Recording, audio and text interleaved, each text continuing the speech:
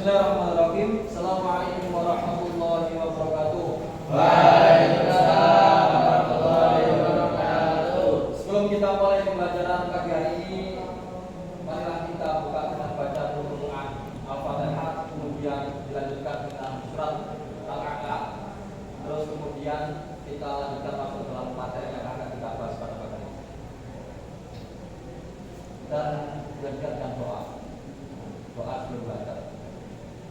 A'udzu billahi minasyaitonir rajim. Bismillahirrahmanirrahim.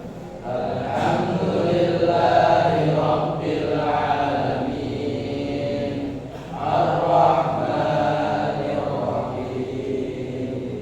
Maliki yaumiddin. Iyyaka na'budu wa iyyaka nasta'in. Ihdinas siratal mustaqim.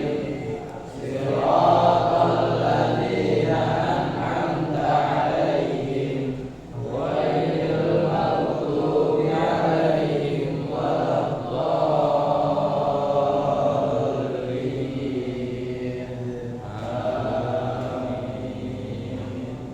Bismillahirrahmanirrahim.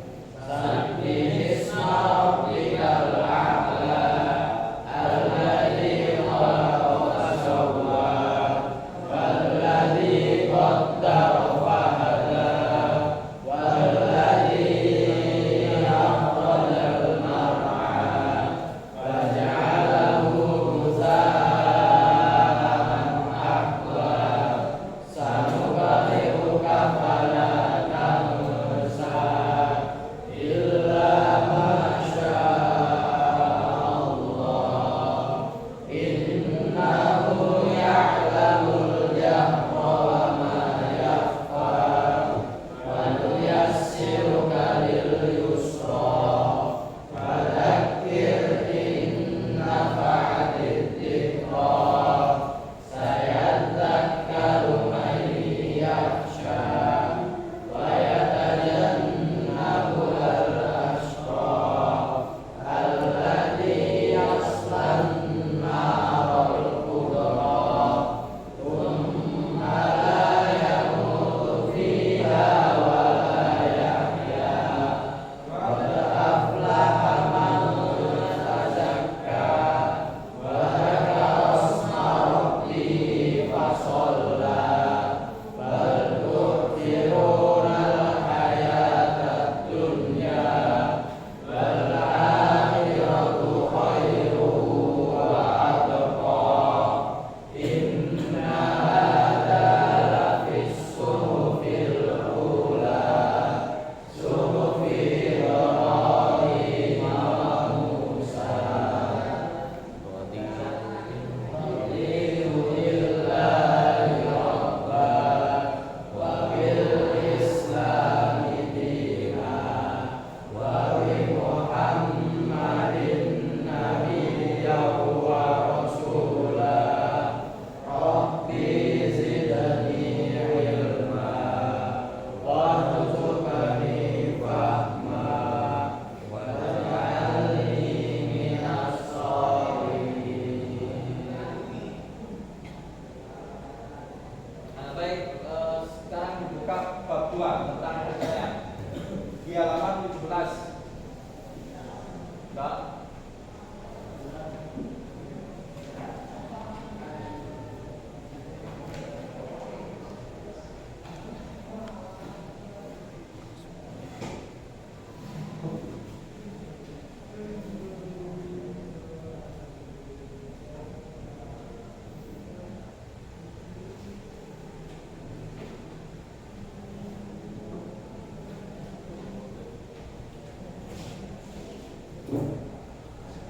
Ini masuk semua ya?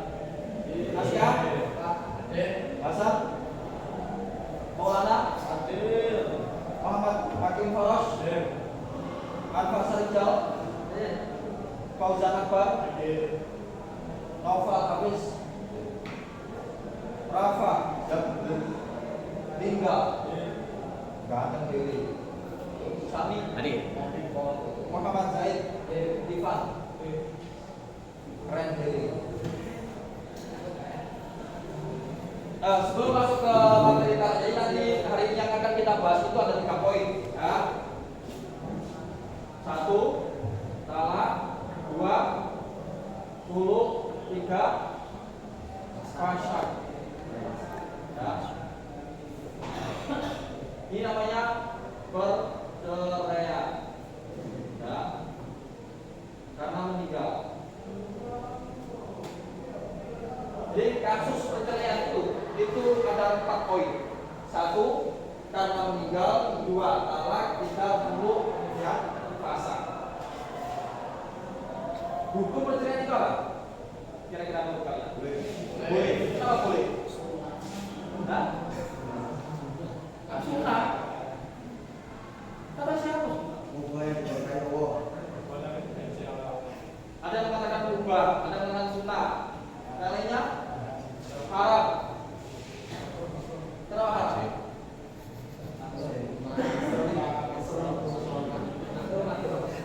Apa? Bisa menjadi haram karena membuat kerugian, ya, terhadap kedua belah pihak. Jadi hukum perceraian itu bisa haram, bisa ubah dan lain sebagainya. Nanti kita akan bahas lebih dalam dan kemudian nanti kita akan bagi kelompok. Akan tetapi kalau di dalam buku yang kalian pegang itu, di situ kan bukan dengan sabda Rasulullah, Ali bin Umar, Ali Nabi Muhammad. Di sini dari Ibnu Umar, ya, diriwayatkan oleh Abu Dawud dan Hakim bahwa baginda Rasul bersabda, "Al-ghadul halali ilallah ta'ala at-talaq." Jadi perbuatan halal yang paling dibenci oleh Allah Subhanahu wa taala itu adalah talak. Jadi talak itu, perceraian itu sesuatu perbuatan yang paling dibenci oleh Allah. Tapi halal bolehkah? Dan perbuatan halal yang paling disukai oleh setan yaitu talak. Karena setan itu sangat senang sekali kalau melihat ada seorang kekasih yang sudah melaksanakan akad pernikahan kemudian dia cerai. Tapi perbuatan itu dibolehkan oleh agama, tapi paling dibenci oleh Allah Subhanahu wa taala. Dalam Islam itu kalau mencari pasangan kan ada 4 kriteria. Yang pertama, tunkahu al-mar'atu li arba'in. Nikahilah wanita itu berdasarkan 4 perkara. Yang pertama, agama. 5 karena harta benda. Terus wali jamaliha karena kecantikannya. Terus wali hisab dia karena nasabnya. Terus terakhir wali diniha karena agama. Jadi 4 kriteria ini yang menjadikan acuan tolak ukur untuk memilih pasangan. Jadi boleh kamu memilih karena harta benda, terus kecantikan wajahnya, kemudian nasabnya, baik atau tidak, kemudian agamanya. Cuma dalam Islam terakhir bagi Rasul menegaskan fatwa bidzal din dari masyarakat. Maka menggunakanlah perempuan yang baik agama. Meskipun Mas Ringga mengatakan disukai perempuan yang berharta, cantik, tapi kalau agamanya tidak baik maka tidak perlu dilanjutkan. Pak, tapi saya mencintai dirinya. Tapi kan bagi Rasul menegaskan agama yang didahulukan. Jadi prioritas utama itu agama. Walaupun Mas Ivan misalkan punya seorang calon istri kemudian sudah baik agamanya, lulusan pondok pesantren GTP Kertosono, dan kebetulan calonnya itu adalah adiknya Mas Rizal, hafal Quran. Kemudian bonusnya hartanya punya, kecantikannya mungkin, nasabnya orang tua Mas Rizal, orang tua baik-baik. Jadi kriteria itu sesuai dengan yang dijelaskan ketika kira-kira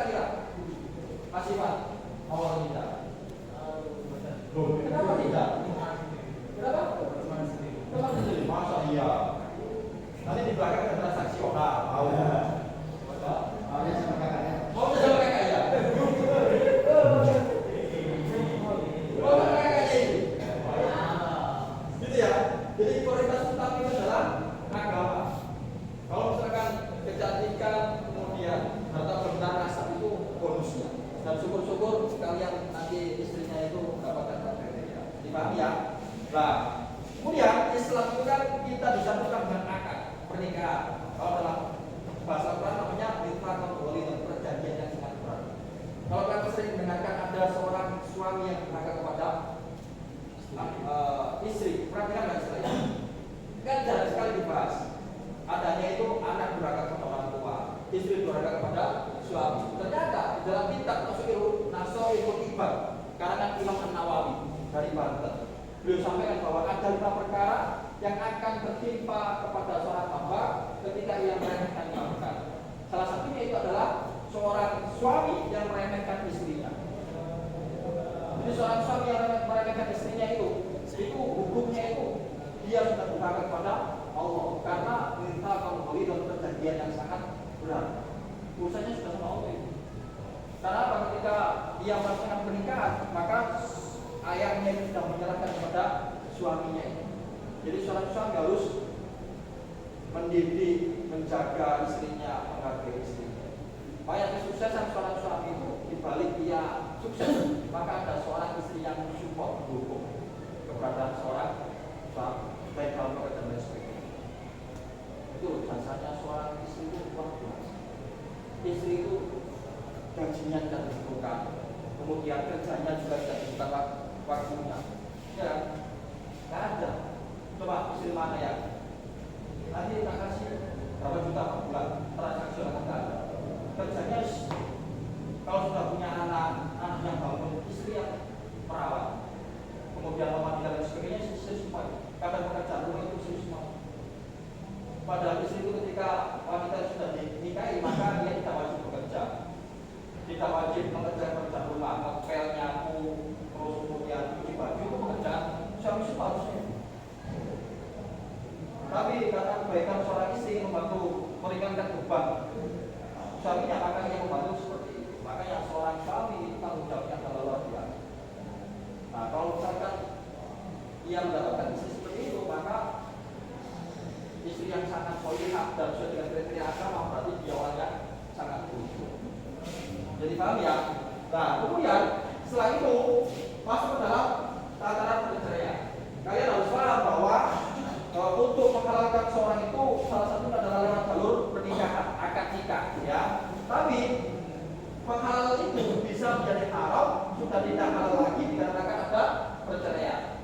Nah, perceraian itu macam-macam, ada 4 kriteria. Orang yang disebut perceraian, satu karena kasus meninggal. Misalkan Mas Zaid punya istri, namanya Mbak Sinta.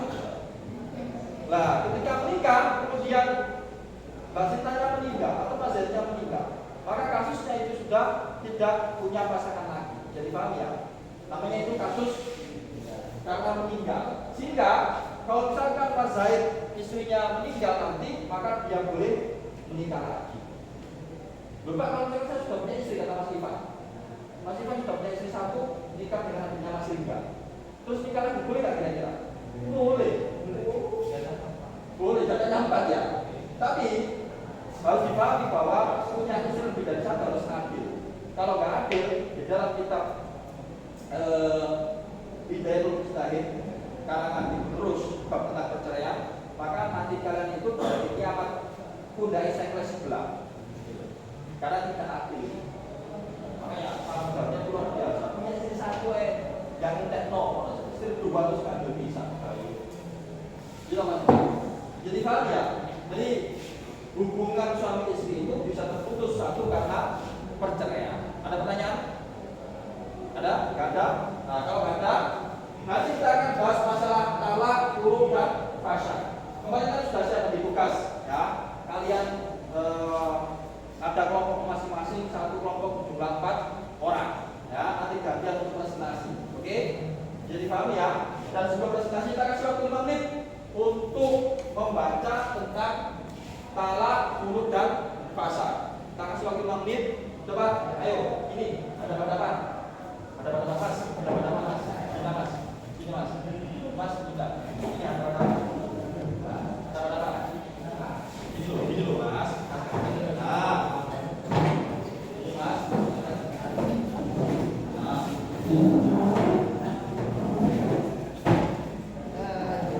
ya, dalam waktu itu kalian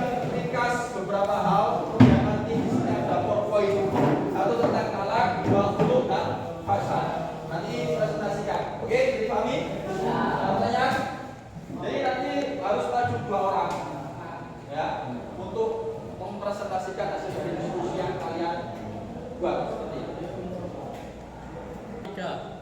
Sekarang kelompok pertama maju depan bahas masalah talak. Ayo maju.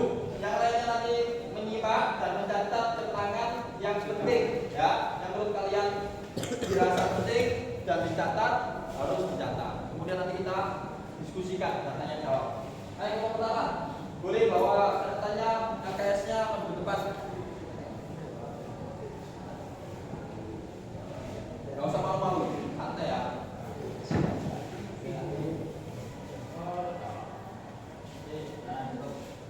Ya, boleh pakai ini boleh, ya. Boleh pakai spidol boleh.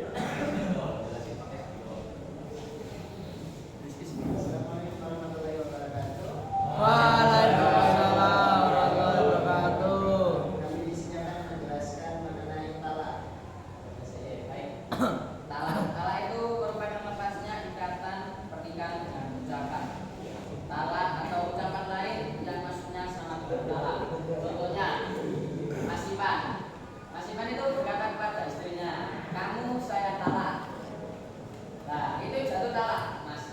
Atau dengan ucapan lain. Kalau biasanya orang-orang Jawa itu pun kamu kembali saja ke orang tua. Nah, itu juga jatuh talak. Ya, itu merupakan talak. Jadi talak itu lepasnya ikatan pernikahan. Jadi yang awalnya dihalalkan seorang laki-laki dengan perempuan dengan ikatan pernikahan kemudian ditalak. Nah, itu sudah terlepas ikatan pernikahan. Terus kemudian penjelasan berikutnya, talak itu merupakan haknya suami. Terus ulama berpendapat hukum asal talak itu makruh. Kenapa makruh? Karena talak itu apa ya? Allah Subhanahu wa taala dalam hadis Nabi Muhammad SAW dijelaskan bahwa Allah Subhanahu wa taala itu membenci perbuatan talak. Kalau dibenci Allah berarti. Terus kemudian hukum asalnya makruh dan perbuatan haram yang paling dibenci oleh Allah Subhanahu wa taala. Dan juga yang perlu kalian ketahui, Allah Subhanahu wa taala itu melaknat. Dengarkan, Allah taala itu melaknat orang yang menikah cuma untuk injek-injek saja.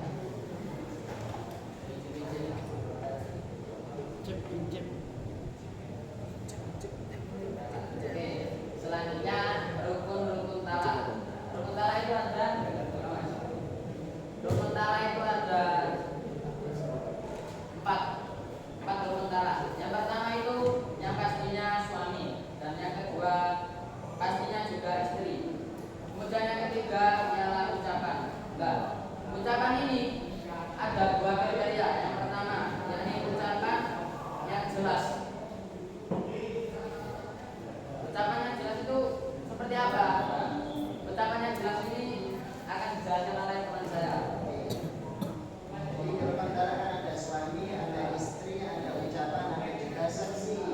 Ucapan itu terbagi menjadi 2. Kita bisa menggunakan ucapan, kita bisa menggunakan tulisan. Kita mau menalak perempuan pakai ucapan boleh, pakai tulisan juga boleh. Ucapan juga ada 2. Kita bisa menggunakan ucapan jelas, bisa menggunakan sindiran. Ucapan jelas contohnya, kamu saya talak. Menggunakan sindiran itu sebaliknya oleh Allah baik. Itu juga ucapan talak. Terus kemudian tulisan. Misalnya sang suami ada satu tulisan itu ulama mengatakan bahwa walaupun suaminya bisa ngomong atau tidak bisa ngomong boleh pakai tulisan. Gitu. Tulisan juga terbagi menjadi 2, ada yang jelas, jadi secara langsung ditulis kamu saya talak, tulis pastinya istri. Ada juga ucapan yang berupa sindiran.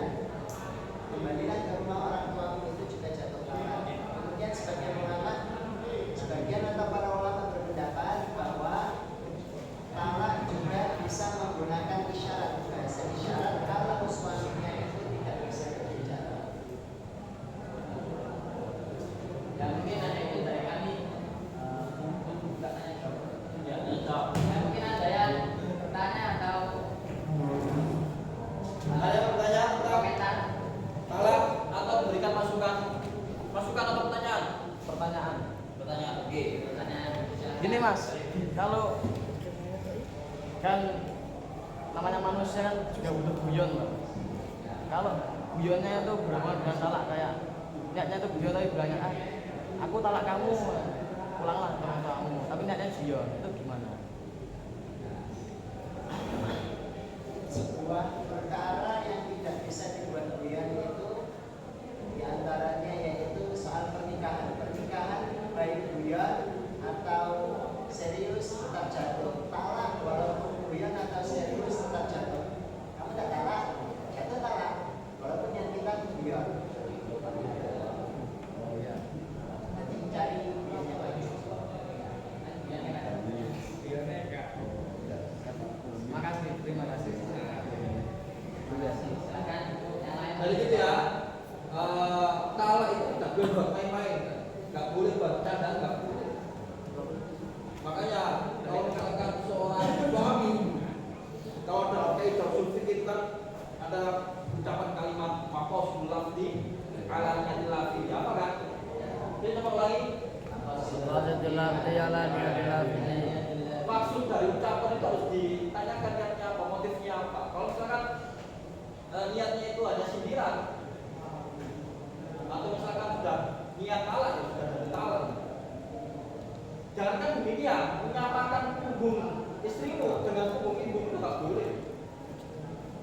Karena punggung seorang ibu itu kan nggak boleh kita nikahi, kan satu nikah. Jadi menyamakan punggung seorang istri dengan punggung ibu itu nggak boleh.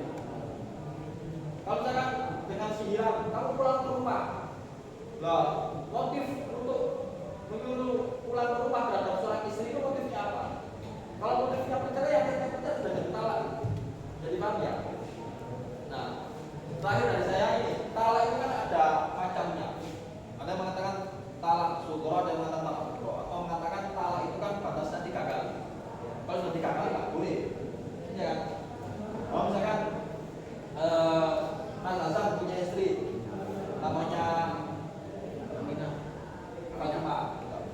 Kemudian cerai 1, mau rujuk boleh. Cerai 2 kali mau rujuk boleh. Cerai 3 kali mau rujuk lagi sudah nggak boleh. Maka seorang istri, mantan istrinya itu tadi harus nikah dengan Mas Zaid, kemudian cerai, ketika cerai baru boleh nikah dengan Mas Hasan. Dan Mas Zaid nikah dengan istrinya, mantan istrinya Mas Zaid tadi nggak boleh dengan perencanaan, sudah nggak boleh. Nanti nikahi mantan istri saya biar saya boleh menikahinya lagi. Itu nggak boleh tuh, ada perencanaan seperti itu. Jadi paham ya? Nah, itu satu poin. Terus 2, kalau Umar kan berpendapat tentang talak itu.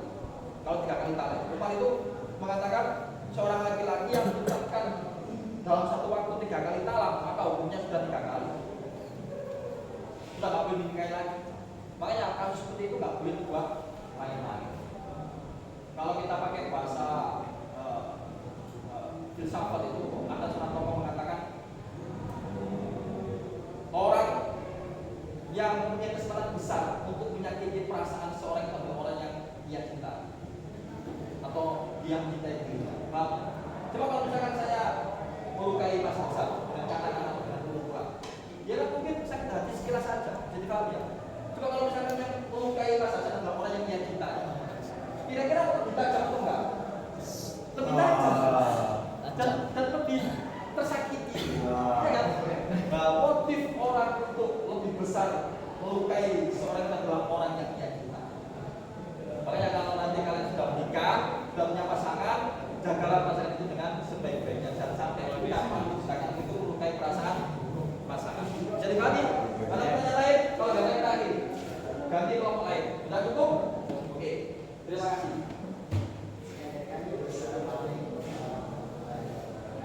Waalaikumsalam warahmatullahi wabarakatuh. Berikutnya kelompok yang kedua. Siapa? Yang berkenan. Oke, monggo. Nah sini biar kata berkabel.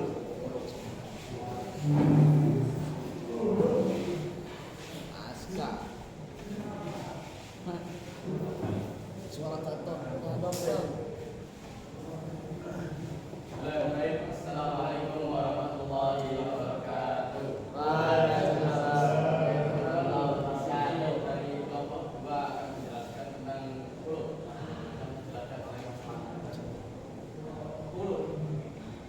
Ulu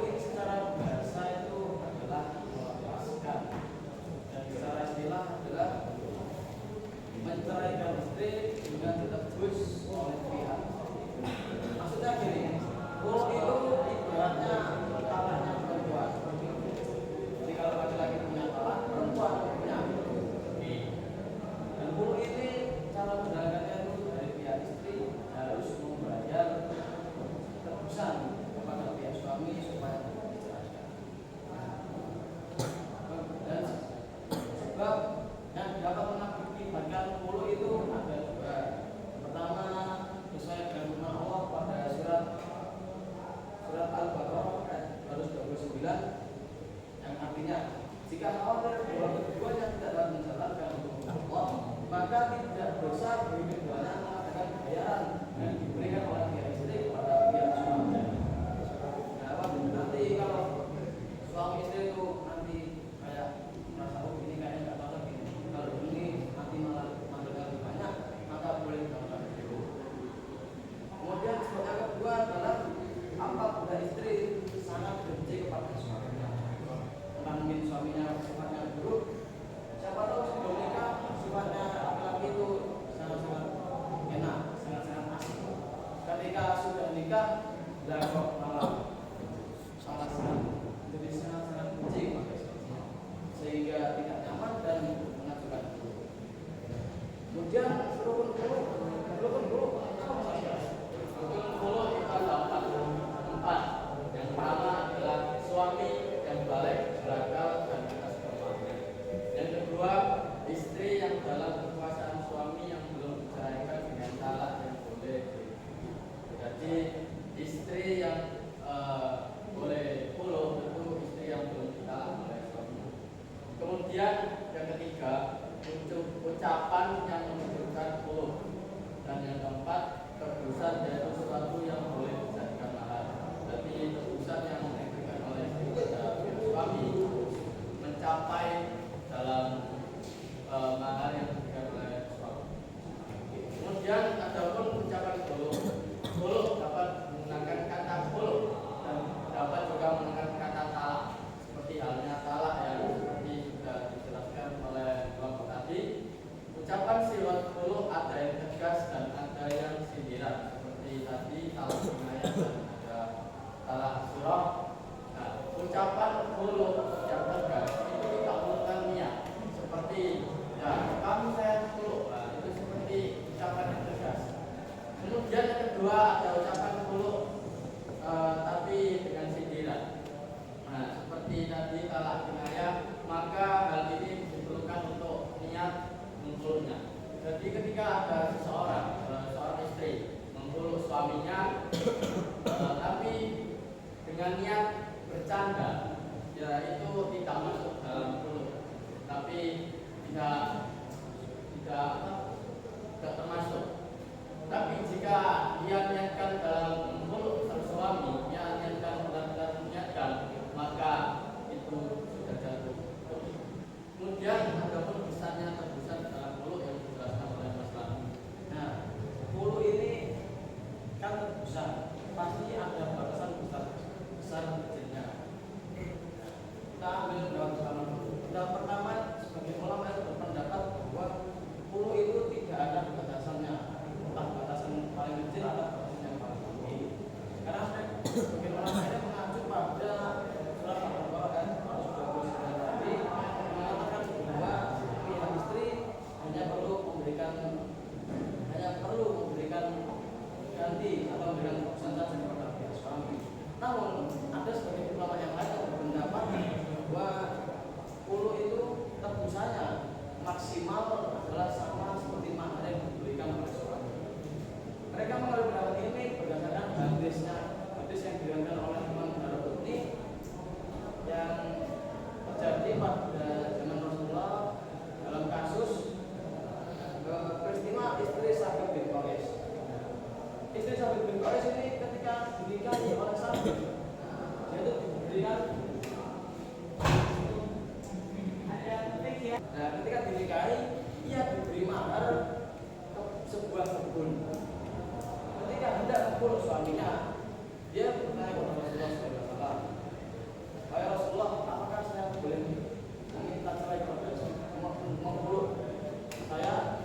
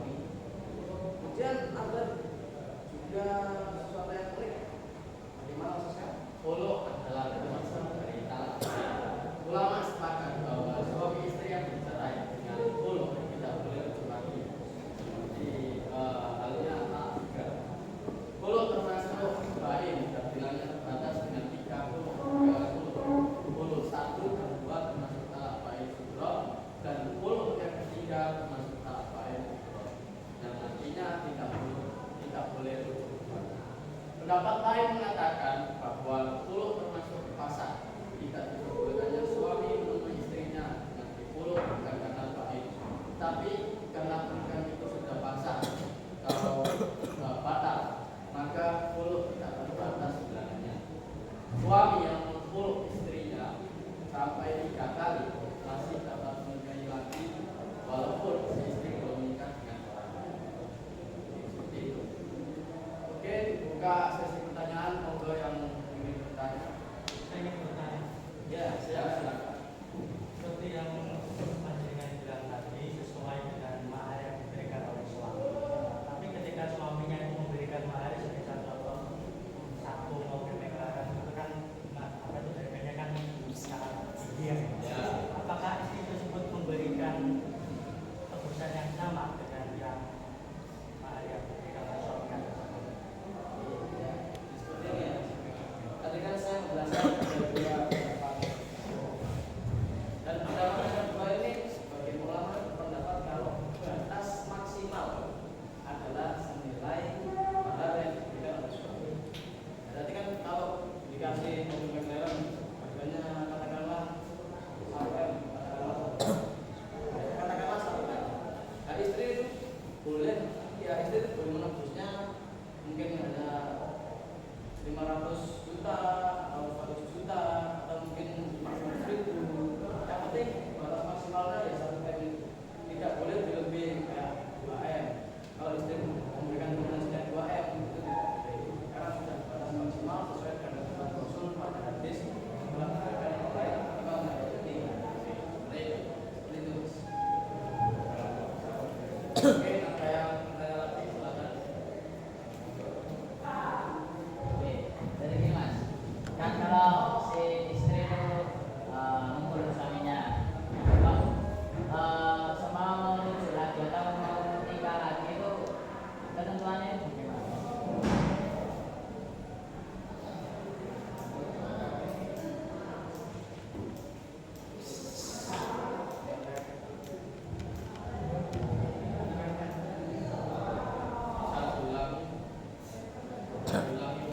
Oke, jadi kan setelah si istri minta follow atau suami ya mungkin. Nah, kalau selama beberapa bulan atau beberapa tahun itu ketemu lalu ingin nikah lagi, apa itu cuma seperti talak rujuk, apa nikah lagi atau Ini mas, ulama itu sepakat menurut suaminya maka istri itu tidak boleh rujuk kembali dengan suaminya sama sekali. Ini ulama sudah sepakat sebagai besar sudah sepakat. jadi tidak boleh rujuk mas. Tidak boleh rujuk. Nah, kalau ingin bersatu kembali itu bagaimana? Itu sudah resiko. Berarti kan kalau talak apa ya? Talak yang talak 3 itu kan harus si istri kan nikah sama orang lain kemudian cerai atau meninggal atau apa, nah itu kan baru boleh nikah kembali. Nah masa seperti itu nggak boleh sama itu? Menurut yang kami teliti dari yang sumber-sumber yang kami dapatkan, yang ini saja sebenarnya tidak ada pendapat lain yang mengatakan boleh rujuk. Ya mungkin itu. Terima kasih. Kemudian terakhir ini ya, hukum khulu itu ulama juga berbeda pendapat. Ada yang mengatakan makruh, mubah dan haram. Kalau haram itu memang ada kesengajaan seorang suami untuk menyakiti istrinya agar si istri itu seakan-akan istri itu nantinya yang akan mengajukan khulu atau mengajukan cerai. Kalau di Indonesia namanya gugat cerai. Karena si istri menggugat suaminya karena suami tidak menafkahi istri, menyakiti istri dan sebagainya. Nah kalau misalkan seorang suami melakukan itu dengan sengaja, seakan-akan ia ingin berencana agar si istrilah yang nanti minta cerai. Nah, itu haram hukumnya. Dan dosanya ditanggung suami. Termasuk khulu itu dalam Islam itu kan kalau ulama bersepakat langsung talak baik seperti talak baik. Tidak ada pun 1 2 langsung talak baik. Jadi hukumnya sudah cerai ketiga 3 kali. Jadi nggak bisa rujuk. Nah kalau misalkan itu di kalau kita dengan talak baik maka boleh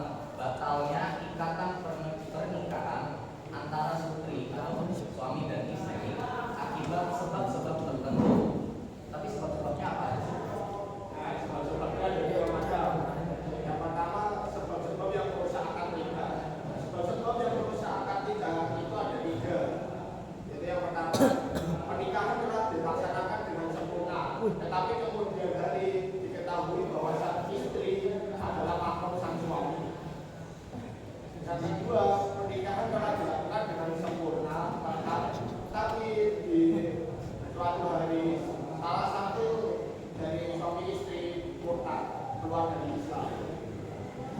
Atau yang ketiga, awal mulanya suami dan istri itu sama-sama musyrik atau Islam, tapi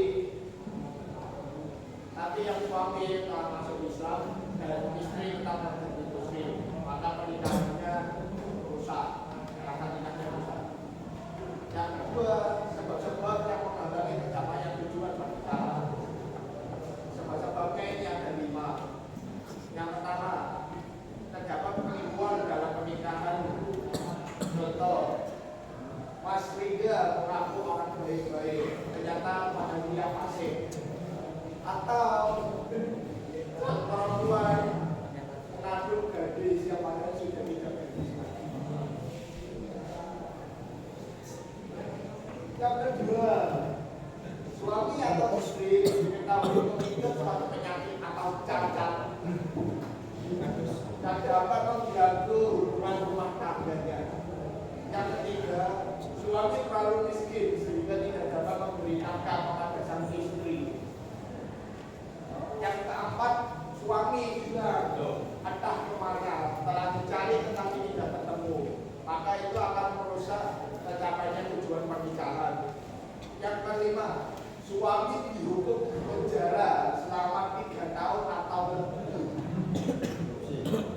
Nah, kemudian akan dilanjutkan dengan perbedaan fasad dengan talak yang akan dijelaskan oleh Mas. Nah, apa sih bedanya fasad dengan talak? Perbedaannya dengan talak biasa, dalam talak pihak yang menjatuhkannya adalah suami, sedangkan kalau fasad itu jatuh dengan sendirinya. Jadi jika apabila sebab fasad itu adalah sebab yang meneruskan akad, maka fasad akan terjadi dengan sendirinya.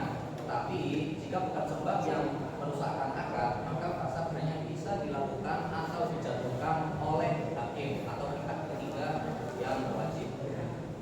Yang kedua, dalam talak biasa ada batas bilangannya, yaitu sampai 3 kali, seperti yang dijelaskan oleh kelompok pertama.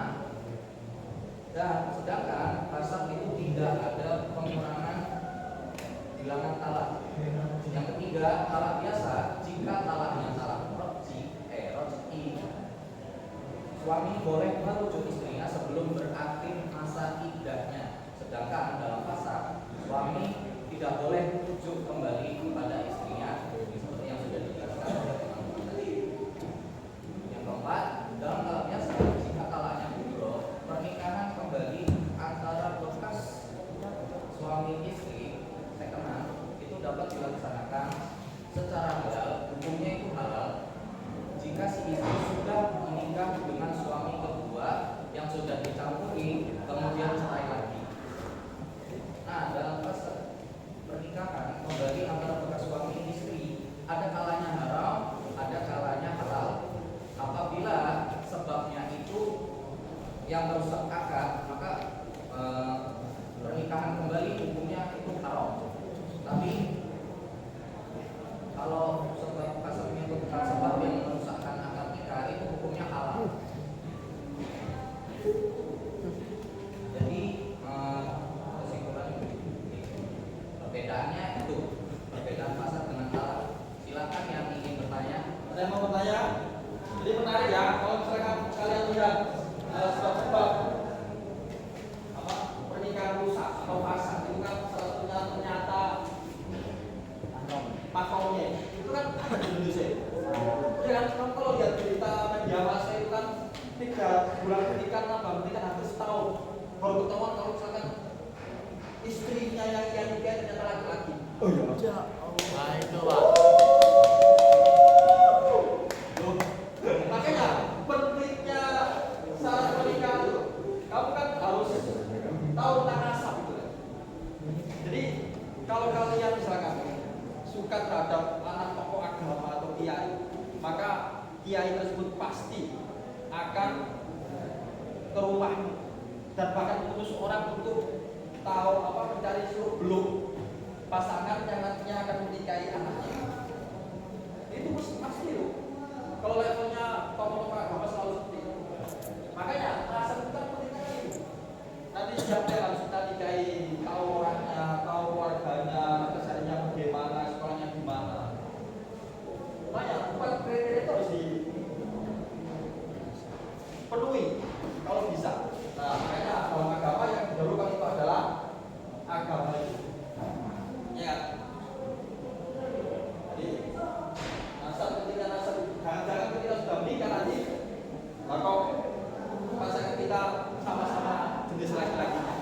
dan baru tahu 3 bulan sampai 6 bulan berikutnya. Karena selama menikah tidak pernah hubungan, terus kemudian tetangganya itu mencermati, kok sepertinya istrinya badannya kekar ya, kemudian kok lebih kuat dan sebagainya. Dan itu tidak sadar kalau misalkan yang niatnya adalah laki-laki. Itu terjadi di Indonesia ini. Dan apa yang kita harus pikirkan itu berarti Islam itu sudah memikirkan ke depan bagaimana itu. Ternyata kita rusak.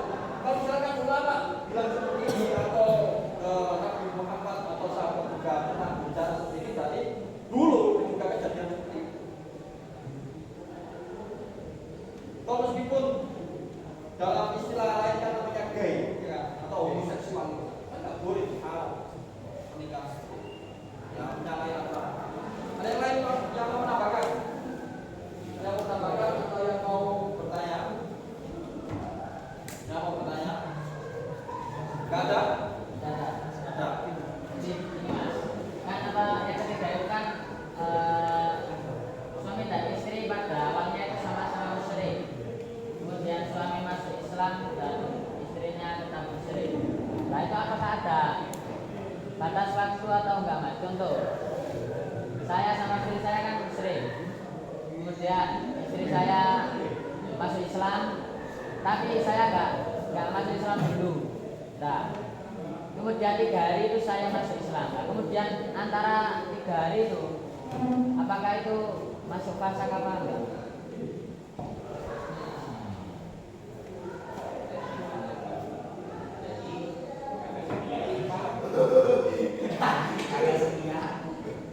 Nggak satu komitmen ini Pak. Nggak komitmen ini ya. Enggak siap. Nah, dari yang saya pahami, pernikahannya lebih tepatnya ditunda terlebih dahulu. Yes, tapi kalau sudah masuk akad, nah itu sudah batal, sudah sah. Tapi kalau masih belum, kayak misalnya tanggal sekian, tapi kalian sama-sama musyrik, misal seminggu sebelum pernikahan nih, kamu sama-sama musyrik. Di tengah-tengah minggu ini sebelum menuju hari nikahnya, akad nikahnya, kamu sudah sama-sama Islam, nikahnya boleh diteruskan. Tapi kalau sampai jadwal nikahnya ini, sampai jadwal nikah kok salah satu dari suri itu pasangan suami istri itu tidak ada yang masuk Islam, Kalau kita pakai mazhab Imam Syafi'i itu beliau mengatakan ini, kalau misalkan pernikahan fasik itu jika dilihat misalkan Mas Sami nikah dengan Mbak Inayah, nah kemudian pasangannya masuk atau keluar dari Islam, maka secara otomatis tanpa jadwal pernyataan talak pernikahannya fasik. Nah selama masa iddah itu si perempuan tidak kembali lagi ke Islam, maka sudah rusak pernikahan, sudah statusnya sudah bukan suami istri lagi. Tapi kalau misalkan di masa iddah itu kemudian dia kembali lagi ke Islam, maka tidak perlu akad ulang. Itu tentang fase. Kalau kita lihat pendapatnya Imam Syafi'i, saya kira cukup ya. Kita lanjutkan diskusinya ke depan. Oke, sekian dari kami. Assalamualaikum warahmatullahi wabarakatuh. Kita akhiri ya, pertemuan kali ini kita akhiri dan terima kasih atas waktunya dan kalian semua juga belajar, semangatnya luar biasa. Semangatnya luar biasa. Saya harap sampai terakhir nanti lulus belajarnya konsisten, istiqomah dalam proses belajar. Kalau paling tidak 1 hari itu kamu harus membaca satu buku berapa halaman. Nanti kamu punya target. Kalau di Jepang itu mereka punya target anak-anak pelajar di sana itu 1 minggu 1 buku. Kalau 1 minggu 1 buku, 4 minggu berarti 4 buku kan. Dalam hitungan bulan itu 1 bulan ada yang 5 minggu. 1 tahun kalau dikasih kalkulasi 4 kali 10 lah 40 kali 4 lah 50. Paling kan mereka membaca 50